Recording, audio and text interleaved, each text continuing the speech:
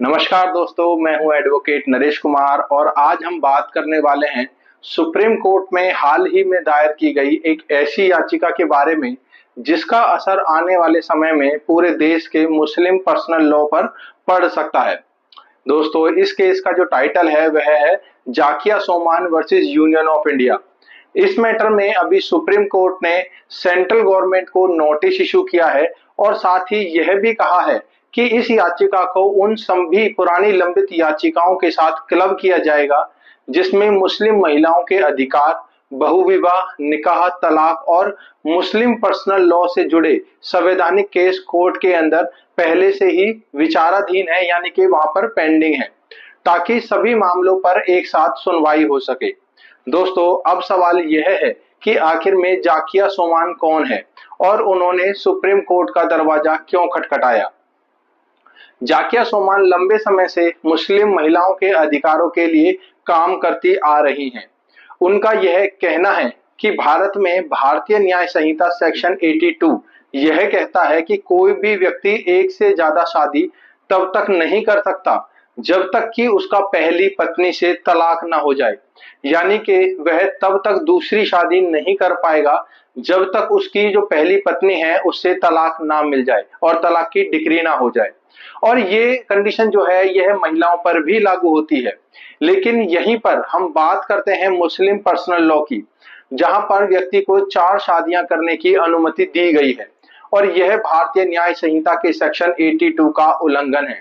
और इस तरीके से मुस्लिम महिलाओं का शोषण और उनके व्यक्तिगत अधिकारों का उल्लंघन हो रहा है।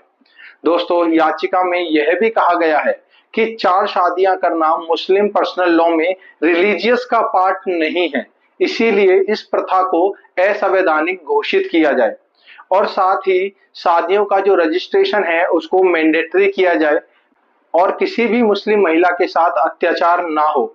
यहीं पर सुप्रीम कोर्ट ने यह माना कि इस तरह की याचिकाएं पहले से ही कोर्ट में पेंडिंग है और इन सभी याचिकाओं को एक साथ सुना जाएगा।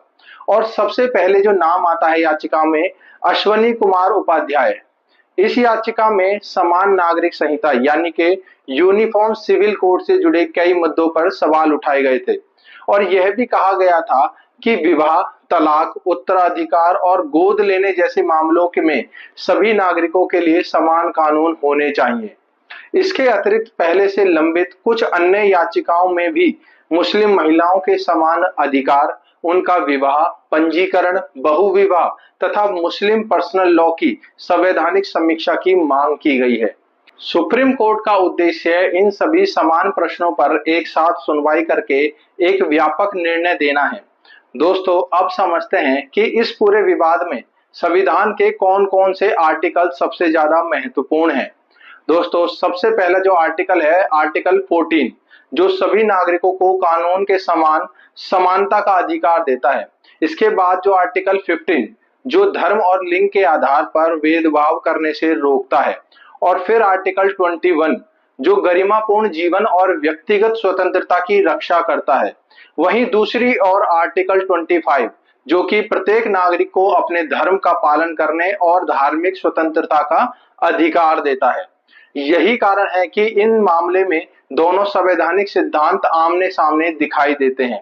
एक तरफ महिलाओं के समान अधिकार और दूसरी तरफ धार्मिक स्वतंत्रता, जो कि आर्टिकल 25 भारत के प्रत्येक नागरिक को देता है।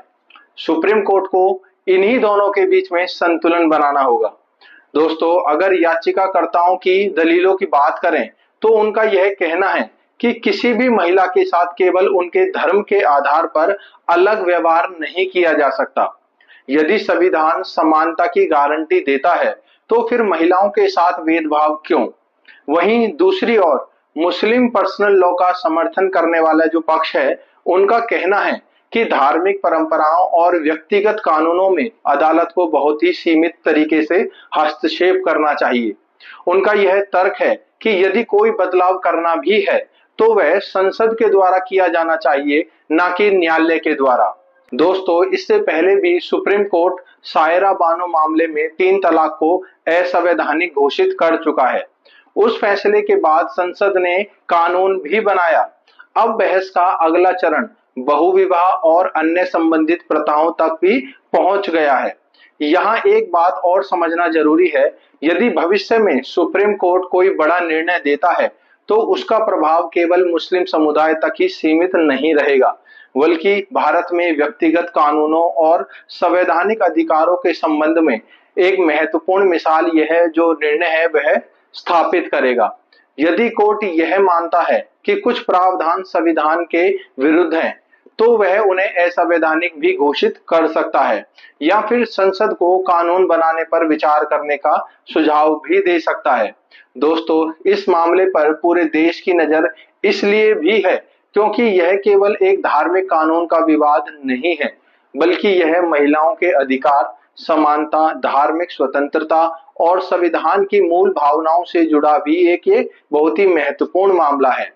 अब यह देखना दिलचस्प होगा कि जब जायका सोमान की याचिका और पहले से लंबित सभी समान याचिकाओं की संयुक्त सुनवाई होगी, तब सुप्रीम कोर्ट किस प्रकार के संवैधानिक प्रश्नों को तय करता है। तो दोस्तों, यह मामला मुस्लिम समाज की हर महिला और पुरुष दोनों के लिए ही बहुत ही ज्यादा महत्वपूर्ण है, क्योंकि अगर सुप्रीम कोर्ट के द्वारा कोई भी निर्णय दिया जाता है तो इसका असर समाज के प्रत्येक व्यक्ति के ऊपर पड़ेगा। इसीलिए दोस्तों, यह मामला बहुत ही ज्यादा संवेदनशील और बहुत ही ज्यादा महत्वपूर्ण है। तो दोस्तों, यदि आपको यह कानूनी जानकारी उपयोगी लगी हो तो वीडियो को लाइक जरूर करें और साथ ही अपने परिवार और अपने दोस्तों के साथ इस वीडियो को ज्यादा से ज्यादा शेयर करें। और यदि कानून से जुड़ी ऐसी ही महत्वपूर्ण वीडियो आप देखना चाहते हैं तो दोस्तों जल्दी से हमारे चैनल को सब्सक्राइब कर लीजिए, क्योंकि दोस्तों हमारे चैनल पर जो भी वीडियोस डाली जाती हैं वह कहीं ना कहीं आपकी लाइफ में यूजफुल होती हैं, इम्पैक्टफुल होती हैं। तो दोस्तों, अगर आपको कोई भी डाउट है, कोई भी क्वेश्चन है, अगर आप किसी भी केस से रिलेटेड या फिर इस टॉपिक से रिलेटेड कोई भी क्वेश्चन आपके माइंड में चल रहा है तो जल्दी से आप कमेंट कीजिए। आप जो भी क्वेश्चन कमेंट में डालते हैं मैं पूरी कोशिश करता हूं कि मैं आपको रिप्लाई करके एक स्पष्ट आंसर दे सकूं। तो दोस्तों, कोई भी डाउट है जल्दी से कमेंट कीजिए। और दोस्तों, अभी तक आपने हमारे चैनल को सब्सक्राइब नहीं किया है तो जल्दी से चैनल को सब्सक्राइब कर लीजिए, ताकि हमारे द्वारा जो भी वीडियोस डाली जाती है उनका नोटिफिकेशन जो है वह सबसे पहले आपके पास पहुंच सके। मिलते हैं अगली वीडियो में किसी और नई कानूनी महत्वपूर्ण जानकारी के साथ। तब तक के लिए थैंक यू वेरी मच।